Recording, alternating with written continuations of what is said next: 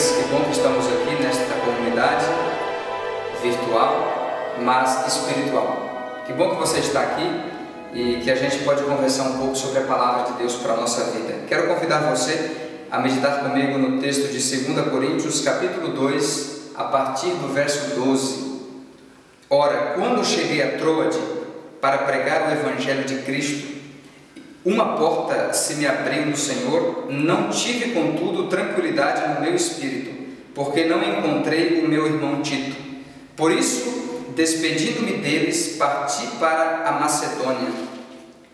Graças, porém, a Deus que em Cristo sempre nos conduz em triunfo, e por meio de nós manifesta em todo lugar a fragrância do seu conhecimento, porque nós somos para com Deus o bom perfume de Cristo, tanto nos que são salvos como nos que se perdem. Para com estes, cheiro de morte para a morte, para com aqueles, aroma de vida para a vida. Quem, porém, é suficiente para estas coisas? Porque nós não estamos, como tantos outros, mercadejando a palavra de Deus. Antes, em Cristo é que falamos na presença de Deus com sinceridade e da parte do próprio Deus. Este texto revela uma angústia de Paulo. Ele estava desesperado para se reencontrar com o seu amigo Tito, a quem ele havia enviado para a cidade de Corinto. E Paulo esperava receber notícias de Tito sobre a situação da igreja amada em Corinto. Uma igreja que tinha muitos problemas de relacionamento e problemas espirituais também entre os irmãos. Quando Paulo chegou na cidade de Troade, não encontrou Tito e, portanto, decidiu não permanecer naquela cidade fazendo o seu trabalho e se dirigiu à região da Macedônia, a mesma região ali que ficava perto de Corinto, que estava na Acaia. E Paulo então foi para a Macedônia e, ao chegar na Macedônia, ele se encontrou em alguma daquelas cidades. Por volta do ano 55, ele se encontrou com Tito e ficou muito feliz, porque Tito trouxe ótimas notícias da igreja em Corinto. Ele falou sobre a prosperidade espiritual dos irmãos, ele falou para Paulo sobre as vitórias espirituais e sobre a aceitação que o Evangelho estava tendo e o progresso espiritual daqueles cristãos. Então Paulo ficou muito feliz, eufórico.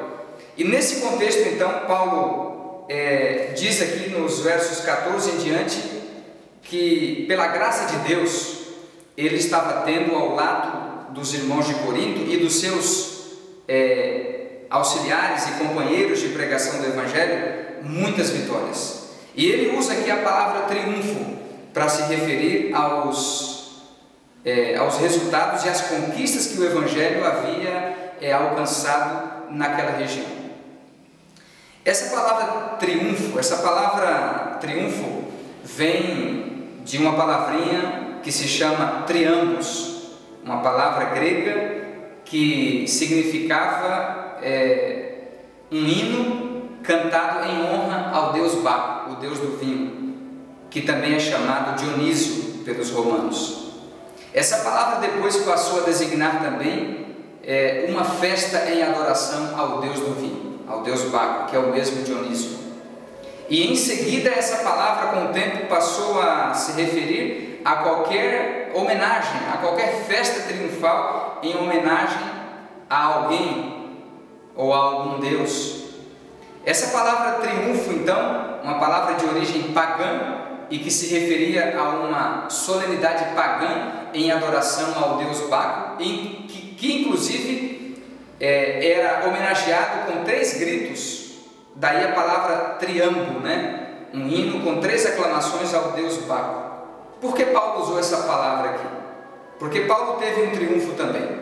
O triunfo naquela época, na verdade, entre gregos e romanos, era uma marcha triunfal que acontecia na cidade de Roma e que envolvia um general quando esse general alcançava uma vitória marcante e importante.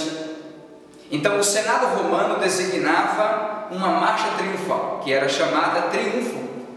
Então esse general que havia conquistado uma nação ou uma região entrava na cidade de Roma de maneira triunfal, de maneira apoteótica. essa era a cerimônia que agora era descrita na palavra triunfo, que foi adaptada com o tempo.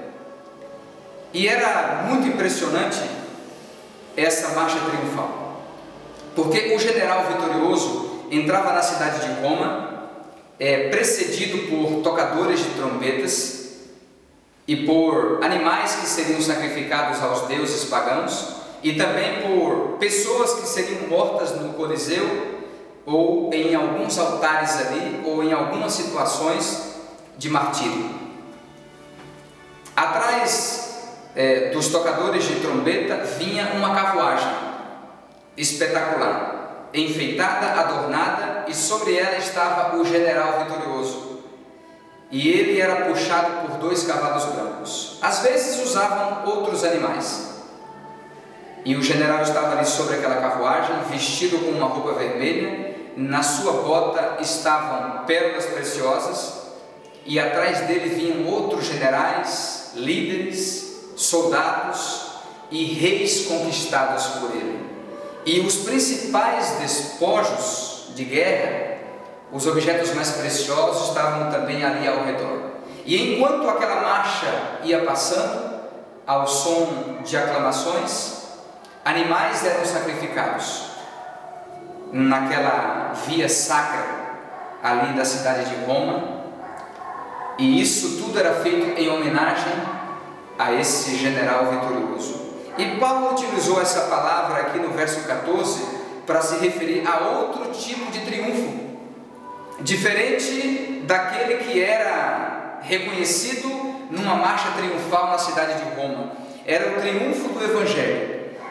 E Paulo diz aqui que esse triunfo no qual Deus nos conduz, e no qual Deus o conduziu naquele tempo, espalhava, manifestava em todo lugar a fragrância do conhecimento de Cristo.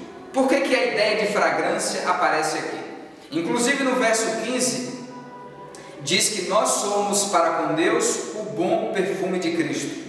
Ele começa dizendo que a marcha triunfal da vitória cristã espalhava em todo lugar a fragrância do conhecimento de Cristo. Mas no verso 15, ele já muda a linguagem, dizendo que nós é que somos o perfume de Cristo, mostrando que o perfume do conhecimento, ele sai do conceito da verdade de Deus, e essa verdade passa a ser a nossa própria vida, a nossa própria fragrância de vida.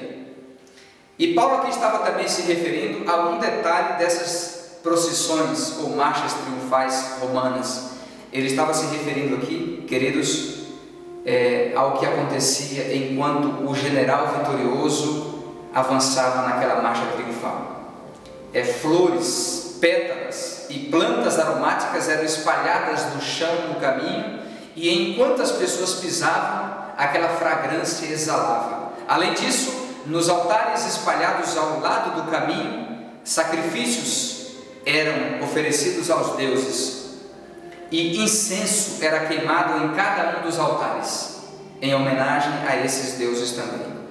E Paulo aqui diz que a fragrância, o incenso suave, o perfume que Deus espalhava na região por onde ele passava, e também os pregadores do Evangelho, era o conhecimento, a verdade de Deus, a palavra pregada sobre o Evangelho de Cristo.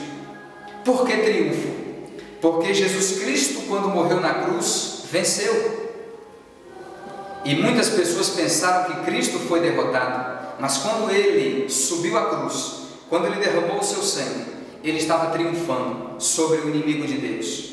Algumas pessoas pensaram que ele foi derrotado quando morreu, mas ao terceiro dia Jesus retornou da morte vitorioso. E ele, a partir de então, por meio dos missionários, passou a espalhar a fragrância do seu conhecimento. Não é maravilhoso saber disso? Que nós recebemos o conhecimento que tem um cheiro de vida para a vida, e esse conhecimento passa a se tornar a nossa própria vida, e nós espalhamos isso por onde andamos. Quem sabe em algum momento você achou que a sua vida era derrotada? Mesmo aceitando o cristianismo, mesmo conhecendo a Jesus, você em algum momento já se sentiu derrotado, triste, desanimado. Jesus também se sentiu assim em alguns momentos. E o que dizer de Paulo? Lembra dos momentos em que Paulo foi perseguido, espancado, chicoteado, humilhado, fora outros sofrimentos pelos quais ele passou, mas Paulo aqui, mesmo sofrendo para que o Evangelho se estabelecesse e se firmasse na igreja de Corinto, ele reconhece que ele andava triunfando. É curioso que para o cristão, mesmo atravessando dificuldades e problemas, para levar a mensagem do Evangelho, mesmo sendo zombado, ridicularizado, contestado, ele ainda reconhece que há um triunfo. O triunfo que nasce da cruz, que nasce do sacrifício de Cristo.